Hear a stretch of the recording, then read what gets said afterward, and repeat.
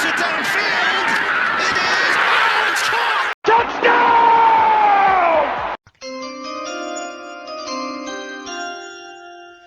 CouchPotatoGM.com is the website. Couch Potato General Manager is the YouTube channel. You guys know it because you're on it. We're here to discuss our storylines for the Super Bowl winning Tampa Bay Buccaneers. Oof, yo, these boys brought back the champions, bro. They brought back everybody. That hasn't happened since 19 never, bro. Like never. 19 never, bro. But as you know, disclaimer, just got to put it out there. That is my team. And for me, my storyline for these guys essentially is stay healthy because the sky's the limit. It's really never been done in terms of bringing back everybody that was a starting player or a big time contributor. And the Bucs did it. And listen, they only getting better. Yeah, they added that pass rusher. You know? Yeah. Tryon Shoyinka. Just so you know. I think that's how you say it. Let me know down in the comment section if I butchered it. I don't think I did. Let me know if I did say it correctly as well. But this team is loaded. They're ready to go. Just stay healthy. That's it. That's it. Because you're coming off of a year where you didn't have a full off season or I won't say a full off season, but a traditional off season. Yes, off season. And now you brought back all the players, all the coaches, and you've had a full off season, and you've made your little what's it called? Little fixes within the off season during the season, and these boys ain't lost a game. They like 8-0 or something like that. I don't even know since the Kansas City game and the regular season Kansas City game, and they listen. Yeah. Somebody tell me something. I need you to tell me something. Let me ask you a question. Mm-hmm. You say it's injuries. So outside of Tom Brady, who can't you guys afford to lose the most outside of Tom Brady? That's easy. Lavonte David.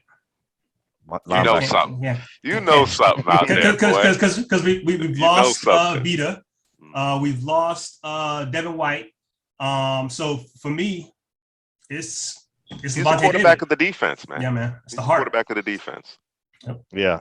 And what would you consider the weakness of this football team, if there is one? Like, what's the weakest part of this team? Probably say the running backs, bro. I'd say running backs, bro.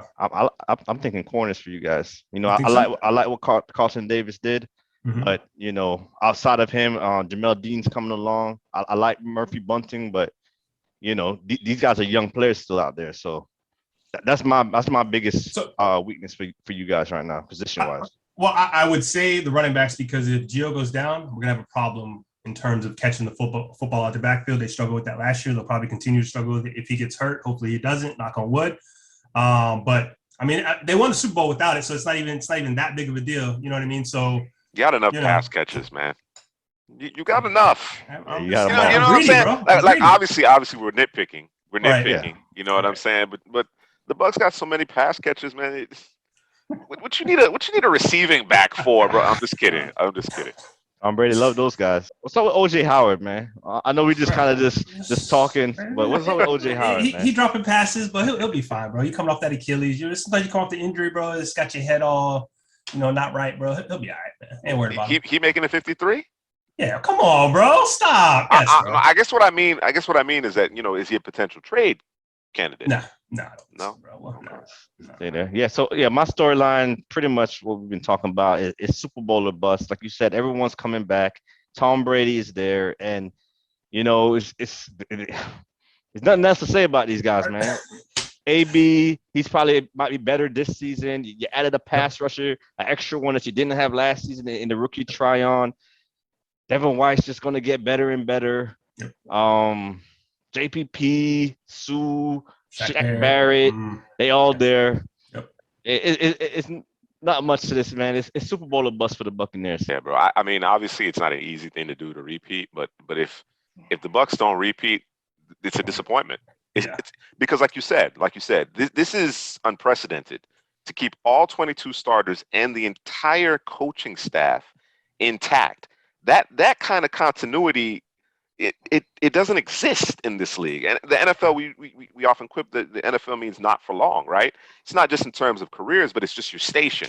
You got people, going to different parts, getting new jobs, getting new opportunities, people leaving for money, this, that, and the other. And for all of that to kind of remain intact is really, really unique. Talked about the running backs. I've pounded the table for Ronald Jones for many moons. I listened to the prognosticators, obviously, in terms of his struggles, in terms of catching the football, but really people came down hard on Ronald Jones because of that rookie season where he wasn't effective. The game was moving too fast for him. Obviously, it was a different coaching staff at the time. We saw it come together this past season. I want to see if Ronald Jones can take it to another level. You know what I mean? Be one of those backs that's pushing for, a 15 to 18 TD, because this offense is so good. They're going to be able to move the football, right? Is he going to be the guy that can just find the pay to continue to break off those long runs? Can he play himself into a long-term deal with the Bucs?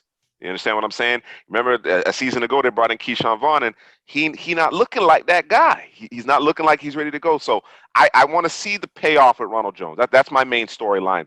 In addition to that, I'm actually going to give you two. In addition to that, I'd like to see these coordinators get another shot. Todd Bowles in particular, but certainly Byron Leftwich should get an opportunity as well to be a head coach in this league. People are going to say, well, it's because of this, that, and the other, obviously having Brady, whatever the case may be. I get that, but there have been other guys who've gotten jobs because of Brady. You understand what I'm saying? This is not the first time that someone will be getting a job because of Tom Brady. So I'd like to see those guys get an opportunity, but I'm really, really interested in seeing Ronald Jones cash in. What's really interesting is the piece where the coaches come back and they can speak to the things they talked about the players last year and said, hey, these are the things I'm looking for you to improve on. It's the same voice going in their head saying, hey, these are the things you need to improve on. And I think that looms big, especially for the young guys. Value. Because let's say you change coaches, now it's a different coach telling you different things, right? Maybe it's the same thing the previous coach told you, but more than likely it's going to be something a little bit different with some type of variation in there. But this time around, it's the same coach. Yeah, and some people might point to, after you win a Super Bowl, you might get a little complacent or whatever. But with Tom Brady there, I don't think it's going to happen, man. He's just a different beast. He's going to push these guys week in and week out. He's done it before. And so I don't look at the complacency thing. So I guess my question before we go is, we expect them to be in the playoffs, correct? Mm-hmm. With one game, it's a single elimination. Which are the teams that you think could give the Bucs some challenge in the NFC and ultimately in the Super Bowl? Oof, man, I don't really like the matchup with the Rams. O-line's an issue there with them, but just overall in terms of that team, and I know they got a new defensive coordinator over on that side as well, but that's a team, I would say the Giants, just because of the way we want to win, they match up well. It's just a matchup. You don't have to worry about the Giants, bro. You seen them Giants tackles? You seen those tackles? No, you don't have to worry about the Giants. I'm just saying. Just I know what you're saying. In a regular season game, I get you, but they're not going to be. I know that's a historical Bucs thing. That's a historical Bucs thing. But you're not going to have to worry about the Giants, man. And then the Redskins, probably. Yeah, Washington. That's where I was going to go, man. With those pass rush, I know the Bucs O-line is, solidified, but Chase Young and Payne, and those guys. You always worry about Montez Sweat. Yeah. Jonathan Allen. Those guys get paid too. They get paid too. Yeah. And then you can never forget about Aaron Rodgers over there in Green Bay also. We match up well against them. Got him. Yeah, I don't worry about it. I mean, if I can dodge them and not play them, sure, but not too great. And then in the Super Bowl, we talking what, Kansas City? Again, the rematch. I think I'm gonna lean more towards the Bills. The Bills in the Super Bowl? Yeah, Bills in the Super Bowl, yeah. Okay. Yeah. Kansas City's nasty up front, man. I got you. We good. We got them. Yeah, we got Jones. They added that boy from Seattle, Jarren Reed, that I really like too. So it's the offensive line in Kansas. They got a little better though on the left side. On the left side, they got better. It's about the offensive line. There's some young players. They're counting on some young players in Kansas City, but they're all players that I think we all like. And by that time, they won't necessarily be young players. So it kind of just depends on how they develop. So Kansas City's gonna be a threat. They're definitely gonna be a threat.